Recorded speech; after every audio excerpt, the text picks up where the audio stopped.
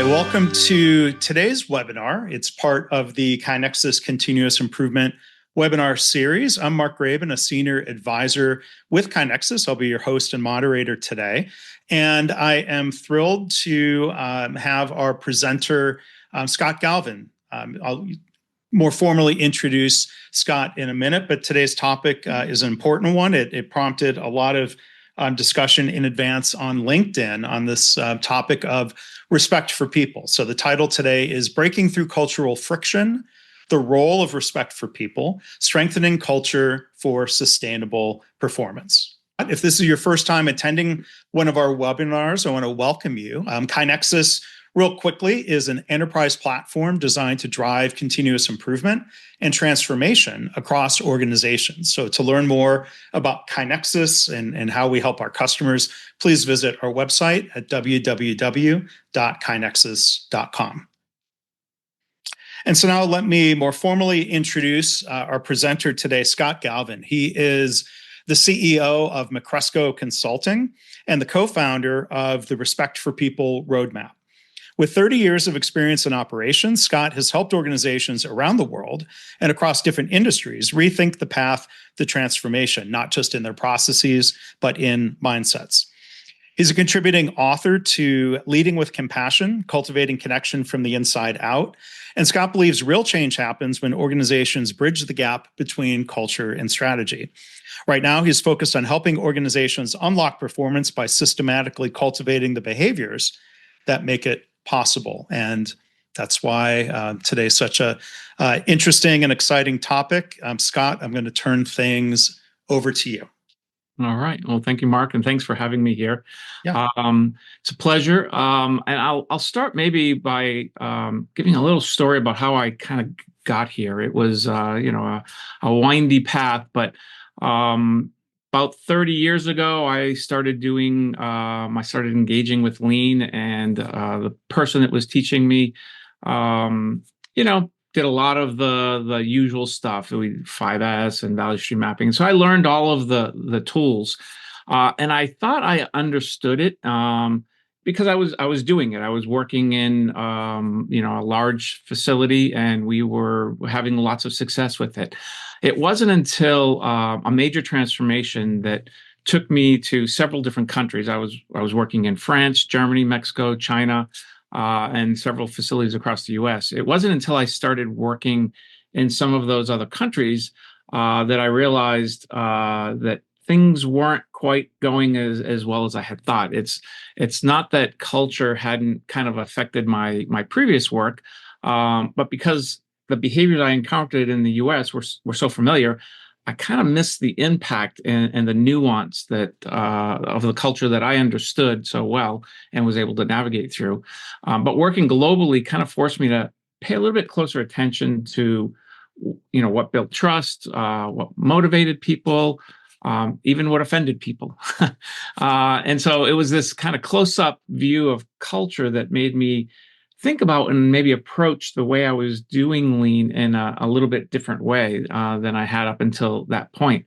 At one point, I remember I was in China, and I was just having a lot of trouble moving forward, and I realized I was actually not aligned to some of their cultural norms. And it wasn't until someone pulled me aside and said, "Hey, here's all the things that you're doing wrong that just don't go in this culture." And it wasn't until I kind of thought about that, because at that point I thought, well, I have a good business case, and we've got to make these changes, and but the way that you make change very much depends on the cultural conditions that you're working in. And so I started to see patterns, these kind of universal behaviors that either demonstrated or didn't demonstrate respect, that started to propel my performance across different cultures. And so some of what I'm going to share with you today is some of those hard lessons that I learned, and hopefully it doesn't take all of you as long as it took me to learn some of these lessons. So hopefully I can shortcut that learning a little bit. So what I wanted to share with you today was kind of what I've learned about culture and how it makes or breaks Lean success, the workplace dynamics that really affect the outcomes, how to operationalize respect for people. It was something I really struggled with, and I've spent a lot of time on, especially over the last 5 or 6 years. So I want to share with you how I've operationalized that, and then really maybe at the end I'm going to share a case study to show you really the impact that it can have when you roll it out systematically and at scale. And again, I hope that it doesn't take you as long to learn, that culture is only half of lean, and that it carries most of the weight. What I'd like to do is invite people in their chat to share why does lean fail? We hear stories, and there's been lots of articles written about why does lean fail. What are some of the reasons that it either fails, maybe comes up short, or it doesn't achieve the outcomes that you were expecting? So I want to start there. And I'll help read some of these off. I'll give an answer since I have the microphone. I think if lean sometimes fails when a leader says we're going to do this because it's somehow trendy or popular, and they're not real committed to it, and then there are bumps in the road and they stop. Mm-hmm. But so people are putting in the chat, no buy-in from executive leadership or middle leadership, doesn't always respect the people. It's considered optional to stick to the new ways of working, not linked to the goals of the company. When it's a top-down initiative, failure to change people's mindsets on change and growth and learning, because it's a journey, not a destination. And many think that it's a single goal, but it's an ongoing process that doesn't stop. I've seen this one too much. Lean is viewed as a cost savings initiative. Yeah. Lots of steps in an A3, and people don't want to spend the time to do a thorough project, so they slap on a Band-Aid. Get a few repeats here. Looked at as tools, not a change in mindset is a new one. It's not owned by everyone, just owned by a CI group. Yeah. And adopting tools without understanding the principles and systems or the problems to be solved. It's a long list. Yeah, it's a long list, and it's a good list that represents people's experiences, right? I mean, we've all had different experiences where it didn't work, and hopefully we've had experiences where it did work. I'm going to come back to some of those responses in a minute, but I believe really the answer to why lean doesn't meet all of the expectations that we have for it is really rooted in how we think about and approach it. And that's a lot of what I'm going to kind of focus on. So to just transition here, I'm going to talk about how culture makes or breaks lean success. And for a lot of organizations, at least a lot of the client organizations that I work with, Mark, lean is driven by the elimination of something, some kind of waste in the pursuit of efficiency. And I know the MEP network has a definition of lean. I think it's something like a systematic approach to identifying and eliminating waste through continuous improvement by flowing the product at the pull of the customer in the pursuit of perfection. And it's a great definition, but it's a definition of continuous improvement, not necessarily of lean. It's in my opinion, that definition is missing the respect for people piece. And part of it is that the way I think about it is that, the continuous improvement piece is the piece that's very tangible. It's the piece that it's kind of the go-to. A lot of tools, there's a structure, there's a model, there's processes to follow. But I think of lean as a system. And so when I look at, the Toyota way and the system that they have built, there's two parts to that system. There's continuous improvement and there's respect for people. And that's the part of the system that is powered by the people. And Toyota very clearly points out that culture is half the equation. Unfortunately, it took me 15 years to stop focusing on just CI like it was the whole game. And so that's kind of what I want to focus on today is the respect for people piece. Along with kind of that global transformation that I did, that experience, I came across this quote at one point, and it was almost kind of a turning point for me because it just wasn't. It hit me in that moment. It was a good moment, and I started to really think about, well, first we build people, then we build cars. It's a quote often cited by Fujio Cho. Um, and I remember when I saw that, I said, well, yeah, of course, first we build people. And then the next thought I had was, well, what am I doing first? Am I fixing process first, or am I building people first? And it was like this flood of ahas that came to me. And at the time, my understanding of driving performance, even my understanding of Toyota success, was entirely different. It was so much around the processes that they had put in place. And so that kind of led me to thinking about, why lean transformations fail. And we hear lots of different percentages. And what I want to go back to people is, what percentage of lean transformations fail, in your opinion? What is that number? We've heard lots of numbers in different media. And some of them have been debunked, as you and I spoke about, Mark. But I'm curious for others, if they want to throw it in the chat, what do you think that number is? What is the percentage of lean transformations that fail? Oh, 90, 60. Okay. Mm-hmm. Yeah.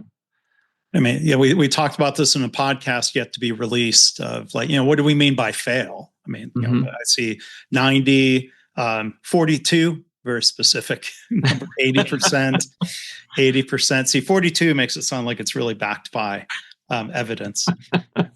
Yeah. And, and you're right. What does fail mean? Does it mean that it didn't complete the way we expected? Did we not get the results we were hoping for? Did it just crash and burn? There's probably a spectrum, and the numbers here are kind of representing a little bit of that spectrum. But whatever it is, it's greater than we would like it to be. That's kind of the point here, is that lean tends to not give us what we're hoping for as often as we would like, and that's kind of what I want to poke at a little bit. And so a lot of the reasons that you shared, and that you had listed at the very beginning, are similar to the things that I've got on this list. Lack of leadership, resistance to change, an overemphasis on the tools, not enough engagement from everyone in the system, a failure to align not only the strategy and the purpose, but even the people, and then maybe there's no plan to sustain it. And so those are a lot of the reasons that I've seen. And so I want to transition over to a little bit of a fundamental understanding of what needs to be in place in order to improve that rate of success. And it's really thinking about the workplace dynamics and how the workplace dynamics really shape what that success could look like. And so if we know this already, then respect for people, we know that it's important. But why isn't it more widely practiced? Well, I've got a few theories. I think one is that there's really no clear breakdown of how to operationalize it. We try to solve it with kind of one-off trainings or maybe some arbitrary skill building. And not that those skills aren't useful, but they're often not integrated as part of kind of a learning system. Sometimes we confuse individual acts of respect with organizational practice of respect for people, and think that because we're not jerks, or that we're already being kind or nice or polite, that we have got it. In fact, I think in the clip that you shared, that's where I kind of broke down what I think the difference between respecting people versus respect for people is. And if I just share that again, it's respecting people is kind of the individual action I take. It's based on my personal value system. It's based on how I engage with you. But the way I engage with you can vary from day to day. So there's a variable element to it. Whereas I think of respect for people as something that is how we are designing respect into the systems, the policies, the processes, into the culture of the organization. It's not something that is individual. It's something that's universal. It's a practice that universally we are engaged in.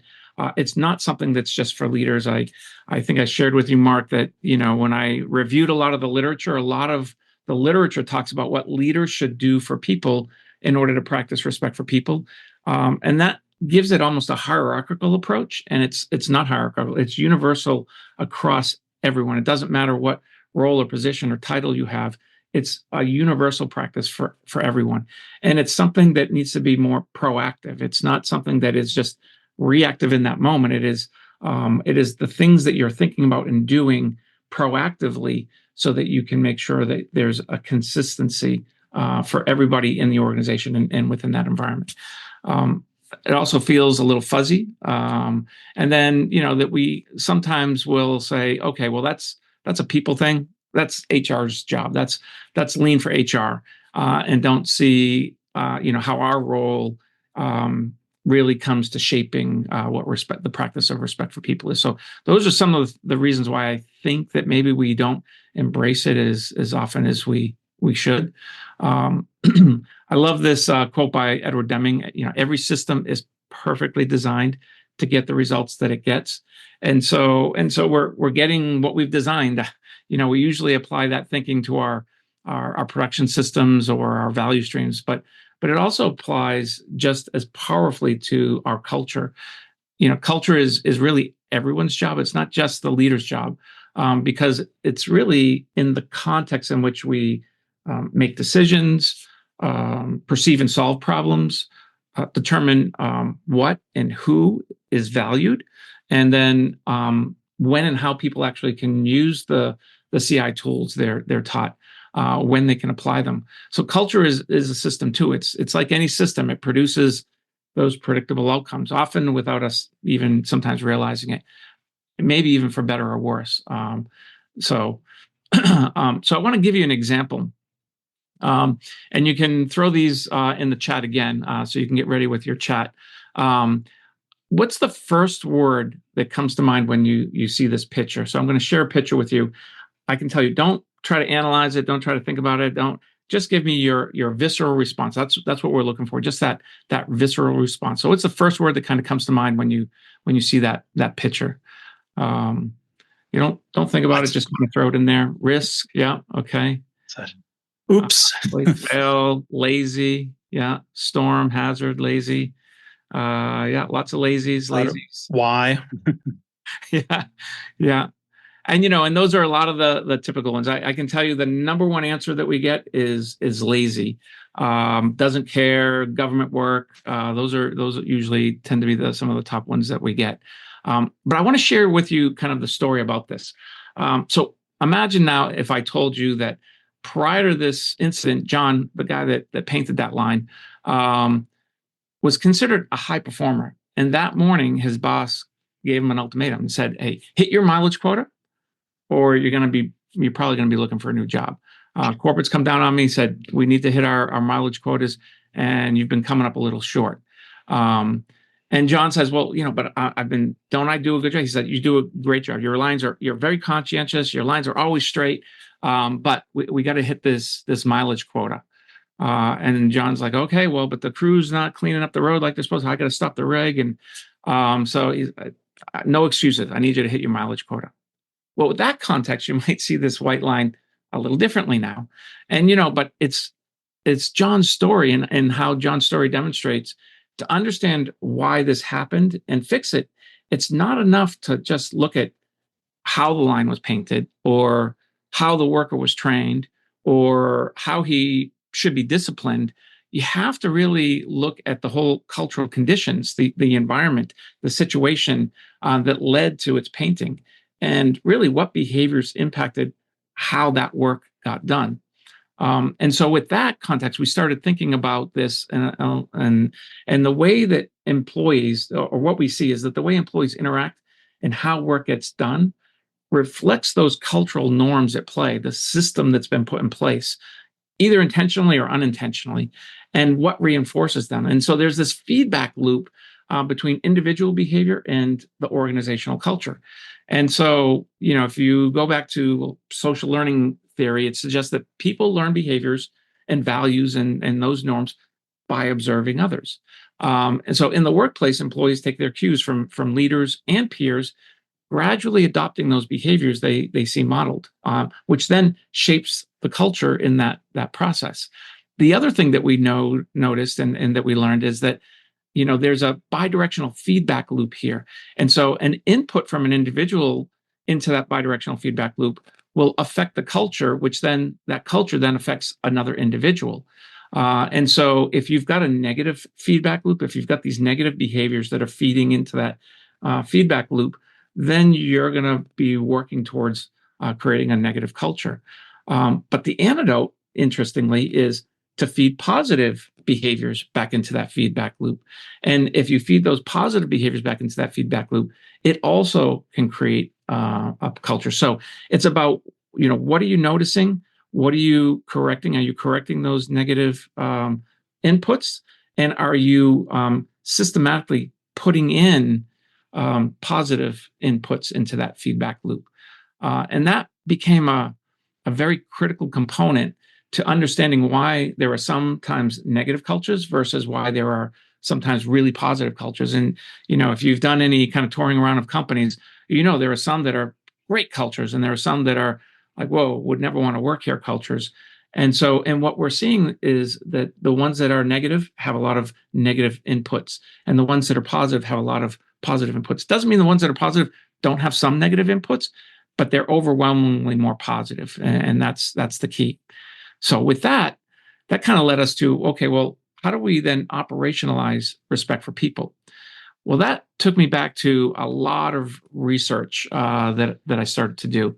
And so when I was starting to face my own resistance in the work that I was doing, there was misalignment, there was low engagement.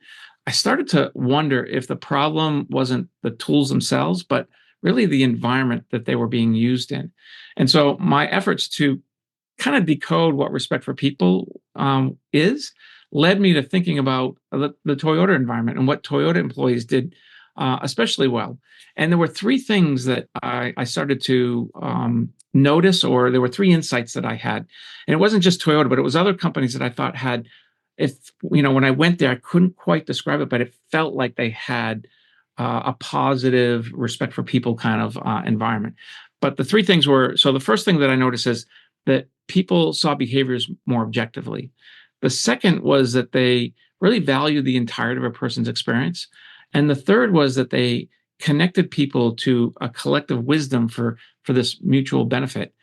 And I realized that these were the cultural conditions that I saw that were missing or lacking in a lot of the organizations that not only struggle to make continuous improvement stick, but that were also struggling with performance or sustainability, or they just had a lot of these negative inputs into that feedback loop. And so what I was noticing in some of the organizations that I was working with is that they were not objective, but reactive. They would often jump to action without really enough context or understanding, or that they valued technical skills and maybe people's status versus kind of the overall experience, and that they often turn to the usual suspects for answers instead of really actively seeking diverse perspectives. And I can give you a couple examples. So, valuing the whole person, I remember asking, they were sharing a story about this woman, Maria. And I said, well, I don't understand. Why did you invite Maria onto this team? And they said, well, Maria, you're right. She doesn't know anything about this product. She doesn't know anything about this process. She hasn't even ever been to this department. But we know that she has traveled to a lot of different countries, especially a lot of countries where our customers are. And so we wanted to invite her in because we just knew that she would see things different than we would see them. So, okay, that's interesting. I said, well, what about Mike? Oh, yeah. Well, Mike, he's raised 5 boys. So can you imagine how he sees things differently than us? And I marveled at just their ability, one, that they knew these things about the people, but that they had enough insight to say, hey, those people are going to think differently. And so let's invite them into this conversation because they may challenge us in a way that's beneficial mutually for everybody, not only just the company and the customer, but for us as well. And so I took those 3 things and I said, well, how great would it be if I could teach my client organizations to do those things? And what would that look like? And so I started to try to figure out how I could operationalize what those 3 observations were that I made. And so reverse engineering partly what clients were doing, and then paired with kind of these hallmarks of the Toyota culture, that really kind of helped me identify the conditions that organizations needed to create if they wanted to improve employee satisfaction, engagement, performance, quality. And so for me, improving how the organization functions as a whole starts with really thinking about and improving how coworkers think, relate to one another, and see each other as individuals. And so when those kind of everyday interactions start to shift, the culture really begins to shift. And that's what created kind of the lasting change for different organizations that I was working with. And so that insight led me to define kind of three core cultural conditions that I thought were necessary. And so I took seeing behaviors more objectively, and I called that one engaging. Let me back up. I called that one engaging with compassion. And then I took valuing the entirety of a person's experience, and I called that treating people like they matter. And then I took connecting to collective wisdom, and I called that partnering for mutual benefit.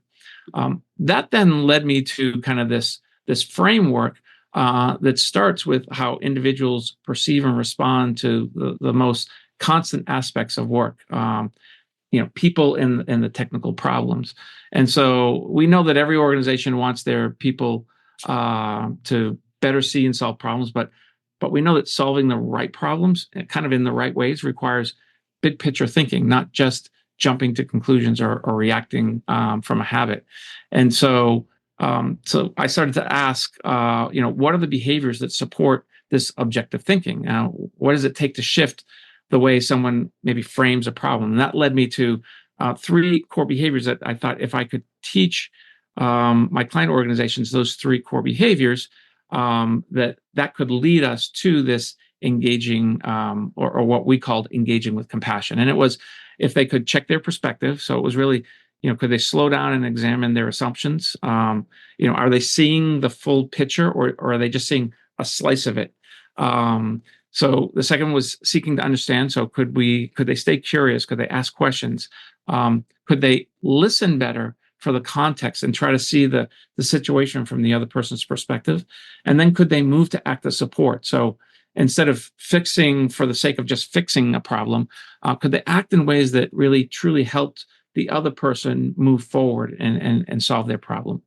And so together, these behaviors added up to engaging with compassion as kind of they remind us to look beyond really the surface appearance, or those things that seem like obvious behaviors, like a lazy curve around a branch, to consider really the context of people's actions. And so the goal that we had for engaging with compassion is really to move from reactive to reflective problem solving. And it's really by learning to recognize and diffuse judgment, that skews our decision making, that maybe strains team dynamics, but that can also derail us from really seeing what the real problem, the real root of the problem is. And so that's engaging with compassion. The next one led us to, so after we kind of address how people frame problems, we turned our attention to how people perceive their coworkers. And so, it's easy to assume that maybe competence is tied to someone's status or their title or their role. But when we do that, we start to overlook the value of people's lived experience, their interpersonal strengths, their non-technical abilities, especially from those in less visible positions. So this way of thinking not only discounts people's contributions and limits their collaboration, it kind of diminishes their potential. And so thinking about how to help people more fully see and value the people they work with led us to kind of the next three behaviors. And the next one was prioritizing well-being. It's really about recognizing that people do their best work when their physical, their emotional, their psychological, their financial needs are supported. The next one was then moving into valuing individuality. And this was really about the beginnings of appreciating the unique mix of strengths, experiences, and viewpoints that each person has. One of the things that we notice is that people say, well, that feels a little personal. And I don't share my personal life at work. And that's really, and what we're realizing is that's really a mistake, because knowing that Maria traveled to so many countries, or that Mike raised 5 boys, was really what gave them the impetus to say, hey, these people have value outside of just their discrete role. They actually have lived experiences that might be valuable to this conversation as well.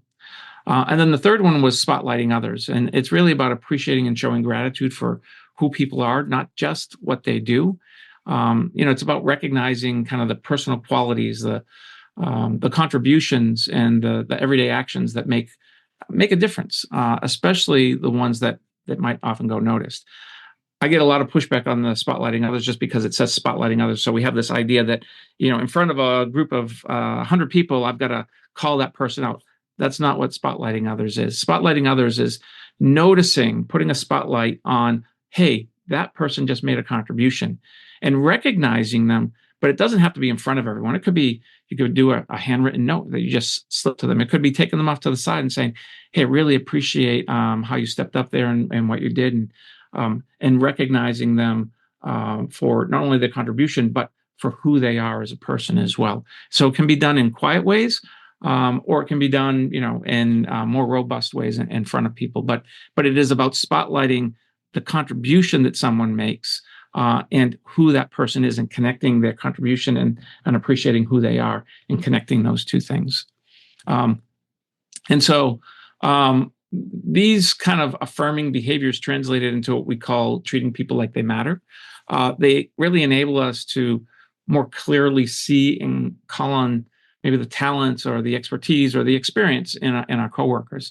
The goal of treating people like they matter is really to move from the isolation of indifference, and maybe the stress of feeling like you have to solve everything on your own, to more inclusive interactions where we reach out and connect with the people around us and the expertise that is around us. And so this principle is about kind of recalibrating our perception of who and what is valuable, and who is qualified to solve problems, so that people can feel more comfortable and prepared to step up and effectively collaborate and contribute.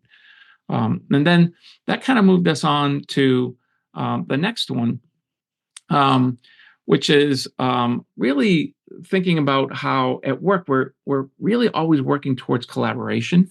And so the way we communicate, what we share, and how open we are to new perspectives not only impacts our individual efforts, but it really influences our collective success. The way we support teammates, the way we engage with our teammates, the way we communicate with our teammates, and whether or not we ever really get to those new ideas, that innovation. We're always talking about, getting to innovation or being innovative, but it really requires a high level of collaboration to be able to do that.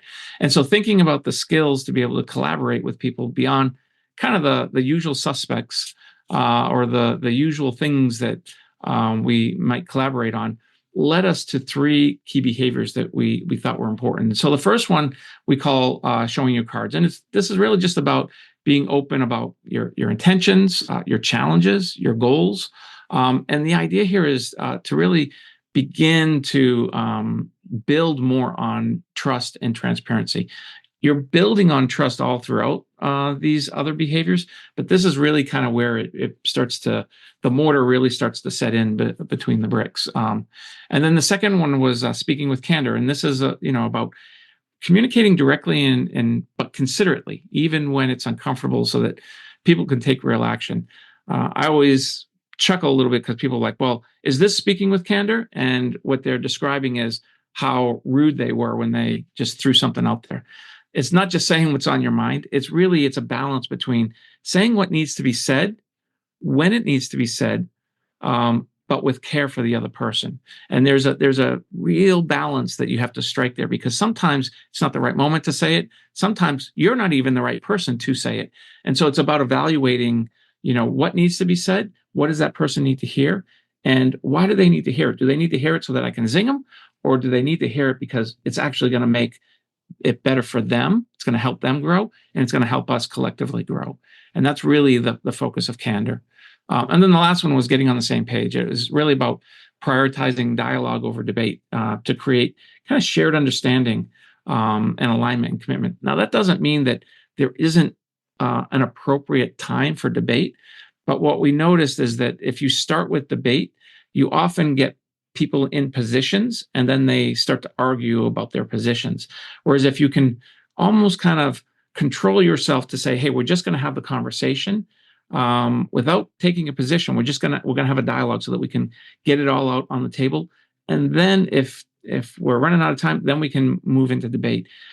What we noticed when we did the research is that our brains have a hard time going from debate to dialogue, but we can go from dialogue to debate much easier. So starting with dialogue is really important if you want to get people on the same page. And we call that partnering for mutual benefit. So together, these behaviors add up to, again, what we call partnering for mutual benefit. And partnering is how really teams work their way up to innovation that I was saying earlier. The goal of partnering for mutual benefit is to move from conflict to collaboration. And so we do this by moving from kind of the transactional like tit for tat interactions to partner, more of a partner mindset that sees collaboration as an opportunity to create for everyone's benefit versus competing for resources or recognition. But there should be a mutual benefit that's coming out of this. And so that was the model that we came up with. And so in order to operationalize all that, we started thinking about, well, if we could get people on our team, or we could get people in an organization to really embrace and practice those 9 behaviors, well, now I got a foundation for how I can operationalize what the practice of respect for people looks like. And what I wanted to share with you is, thinking about how organizations can scale kind of these principles and behaviors of respect for people is kind of what led us to create what we call the Respect for People roadmap. And so our goal was simple. It was to provide an actionable, scalable solution to support lean transformation's most common pitfall, which is the culture piece. And so, we've been implementing this now for a couple of years. And what we've consistently seen is that when organizations embrace this, they're seeing very positive results. And I have a quick case study that I'm going to share with you here, just to kind of give you an example. And so this client is a sheet metal fabricator, was really struggling with what they thought were productivity issues. The real challenge was how people were actually working together. They were facing a lot of the problems that are, common problems. They were a technically strong organization where, but collaboration hadn't really evolved at the same pace as kind of their technical capabilities. And so they had a lot of silos. There were a lot of departmental barriers that made it hard to solve problems across functions. A lot of problems got passed between departments. A lot of issues got kind of kicked down the line instead of being resolved kind of at the source. HR was fielding a lot of interpersonal conflict. And so there was a lot of firefighting, and it was just diverting the leaders from really focusing on growing the business. And they tried to introduce lean a couple of times, but it, I don't know, quote unquote, failed or didn't quite work or didn't stick, however you want to think about it. But it didn't have the intended effect that they were hoping it would have. So they kind of realized that no amount of optimization would take if people weren't working together. So we started to look at it as like the culture was really the bottleneck that they were trying to overcome.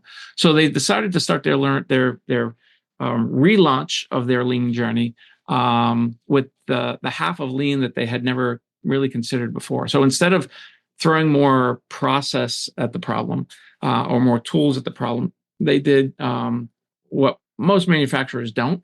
And that's what is that they went all in on culture first. And so they put the entire company through learning the practices of respect for people. And so 100% of the employees went through learning about those and actively working to practice them. In a few months into rolling out the program, workplace dynamics were already beginning to shift. So we're only a few months in. More employees were starting to think about the upstream and downstream implications of their work. So they're thinking about the next person, really, not just what they were focused on. Issues were no longer viewed as in kind of isolation, but as part of kind of the larger system. So more people were thinking more systematically. The COO said that people told him they were communicating better with their spouses, their families and their neighbors. So it was having an effect, not just at work, but even in their personal lives. And that he was seeing change in people that you normally only attribute to major life events like, deaths and weddings and things like that. Something that he really wasn't expecting. And he said, even especially from his workforce. So only 8 months into the launch, they are now 12 months since they launched. But this case study was done when they were 8 months in. And the last cohort is just finishing up now. The organization has achieved a 23% increase in output, not from the CI tools or software or automation or adding more people or equipment, but from just better collaboration, more proactive problem solving, improved communication. There's a lot less conflict. Employees are starting to lead daily stand-ups, almost impromptu, because they're like, okay, how do we get on the same page? So they're like, well, we need to chat in the mornings. And so organically, some of these things are coming up. And so teams are becoming more aligned in resolving issues before they escalate. So they're starting to resolve them kind of on their own. Efficiency has significantly improved as the problems are increasingly solved, of course, at the source. And they're starting to begin this kind of culture of continuous improvement, and it's kind of emerging almost organically. And so with that, I think we'll take a moment here and open up for questions, Mark. Yes. Thank you, Scott. Fascinating topic, and thank you for presenting today. I'll encourage people, please go ahead and continue submitting questions using the Q&A button, and we'll do just a few quick announcements first. Our next webinar is still TBD. We normally do one webinar a month, but if you would like to check out our webinars on demand library, you can do that at kinexus.com/webinars. You can also go to our KaiNexus YouTube channel, and we encourage you to subscribe and check out. There's 120 plus webinars from about 10 years available there. So lots of great content to check out. Also invite you to check out our blog.kainexus.com. Lots of great articles and insights about continuous improvement, and encourage you to go check that out. If you like listening to things, check out the KaiNexus podcast. You can find it through Apple Podcast, Spotify, Stitcher, Overcast, basically every podcast app or service, or you can go to kainexus.com/podcast. If you want to, revisit Scott's session today, the audio from today's podcast will be available. The audio from today's webinar will be in the podcast feed. And then finally, your feedback matters. I know sometimes we get surveyed to death, but we do read all of the feedback about the session. We would love to get your input about what kinds of topics you would like to see in here future webinars address. So when you leave the webinar, please click on that continue link to go to the survey that is meaningful to all of us here. And during the Q&A session, you'll see websites for Macresco Consulting at macresco.com, Respect for People roadmap.com. You can learn more about what's got introduced to us today. So let's see. And Mark, I just dropped in the chat. If anyone wants to try and kind of experiment with the content a little bit, there's a demo that they can go and do for free, and they just log in, and it actually takes them through it a little bit. Okay. Yeah. Thank you for sharing that. And those who are just listening, it's respectforpeopleroadmap.com/demo.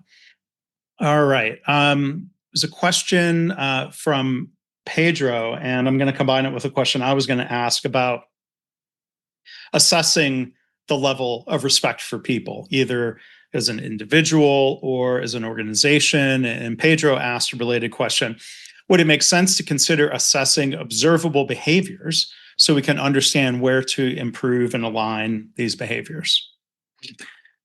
Yeah. So one of the interesting things that has started to emerge from doing this is, we've got 9 behaviors that really have come out of the practice. And what I'm starting to see from organizations is now that people know what those 9 things are, they're actually holding each other accountable to those behaviors. So, if someone isn't appreciating maybe the way they should, they'll say, hey, I think there's a spotlight that's deserved here. Or one of the tools that we have is in checking your perspective. We call it the tabs tool. And it's a way to evaluate whether you're making an assumption or judging. And I hear in meetings once in a while, like, hey, I think we need to check our tabs on this. And it's just a moment for that group to say, hey, let's pause. Are we making some assumptions, or are we making some judgments here? And so that feels better to me than this external assessment that I can do, because it's really owning the culture. Everyone is owning the culture, and everyone is owning the accountability to and for each other. And that was kind of how we were hoping to design it, was that we wouldn't have these external things. Now, with that, yes, we've considered putting together different kinds of audits and assessments and to measure. We haven't put anything together yet. And ironically, I just wrote an article about you can't audit your way to operational excellence. And part of that is because I get this question a lot. Yes, it is helpful to kind of know. But what we have found is that if you understand these 9 behaviors and you are working to improve them, it kind of almost organically manages itself. So, yeah.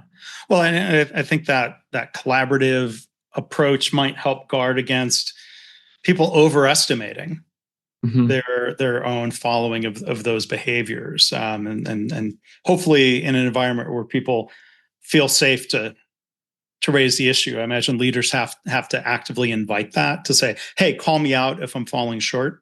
Yeah.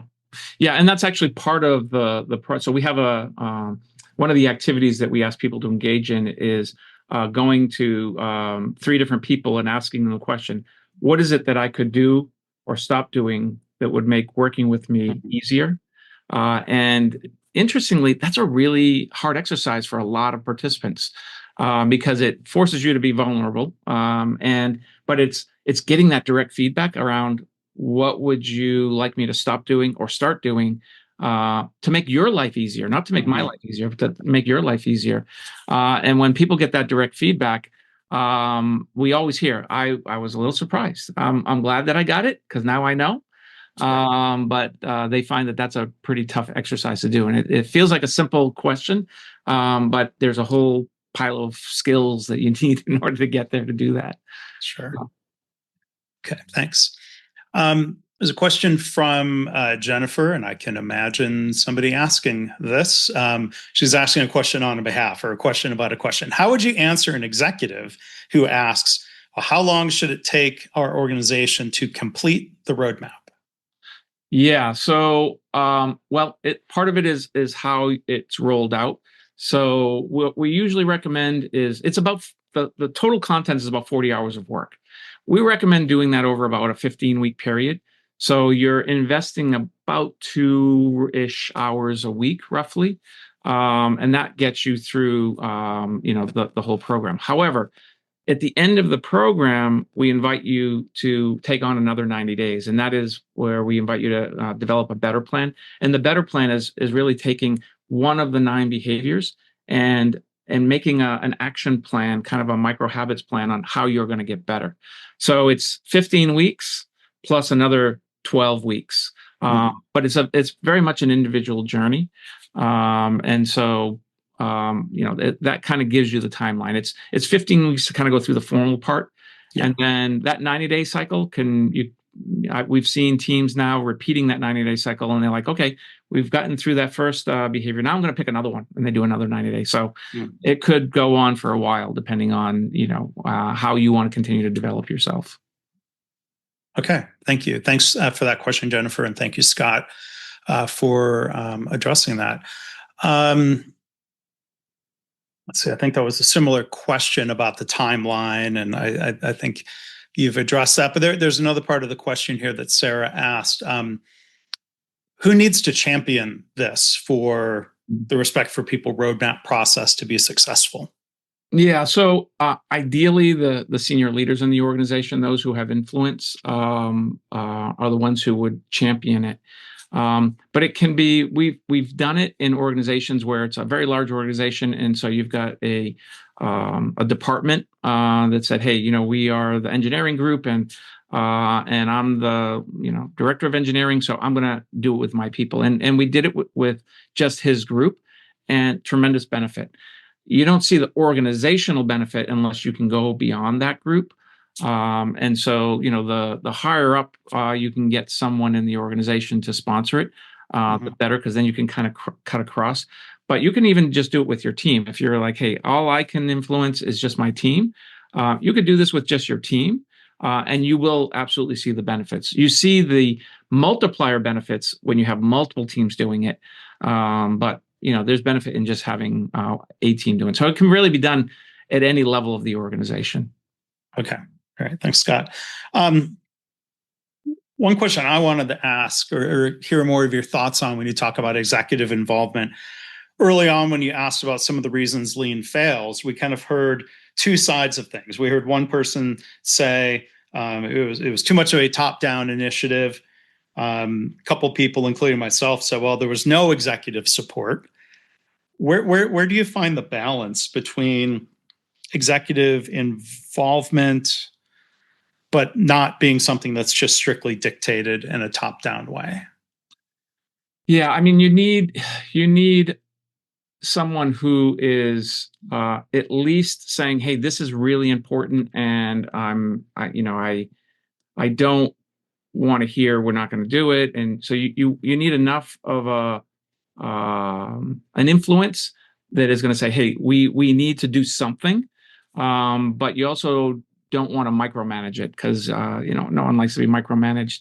Right. But if you've got a leader who's like, well, cross my fingers, hope it works, and then they're out, that's just not going to work either. So there is some balance of, hey, this is, and I think it's more about connecting it to the goals and the purpose of the organization than it is about the pushing it into as a force. Because I've been in organizations where they made it an important thing to do, but they didn't force it, and it took a while for kind of the momentum to get going. But then once it got going, it there was a steeper curve after that. But if they had pushed too hard at the beginning, I think people would have gotten turned off by it. So there was they kept reiterating that it's important, that it's critical, that we should do this, and kind of kept the message going. But they didn't bring the hammer down. And I think that was an important thing, because it allowed people that transition to kind of accept, okay, yes, I got that this is important. And how can I engage in this? Because sometimes that pathway is a little longer than leaders would like. But it's still nonetheless an important pathway that you've got to allow people to go on that journey. And so I think it's unique to each organization. What I have never seen work is where a leader is just like checked out. Like, well, that's operations is doing that, so good luck. And they're completely removed. I very often they might get very quick improvements, but then it trails off. And that's when we say, it didn't stick. Well, it didn't stick because it didn't have support often. Yeah. Yeah. I mean, I think in general, large scale change, whether it's lean or culture change, it doesn't work when an executive gives, a one-time talk to an all hands meeting. It takes cultivation. It takes ongoing effort. Yeah. And if I go back to that image that I showed you where it was individual and culture, and there's that bidirectional feedback loop, that is where the leaders are critically important. If they are constantly dropping in positive messaging into that bidirectional feedback loop, it might take a while for that to kind of come around, but it does come around. And so it's more about, again, that consistency. I think, like you were alluding to, it's that consistency of messaging, that if they do that, if it's a one time, well, it dropped it in and then it fizzled out, right? And then that bidirectional feedback just went away. But if it's a constant feedback that people are getting, then it starts to resonate. And for some, it resonates. It takes longer for it to resonate than it for others, but it eventually comes around. Okay, thanks. We've got two more questions that came in, and I think we can address them before the top of the hour. There's one question: what are the possible signs in an organization that shows that the cultural issues are the main challenge, the thing that we need to work on so we can initiate corrective actions that keep the cultural issue on the forefront?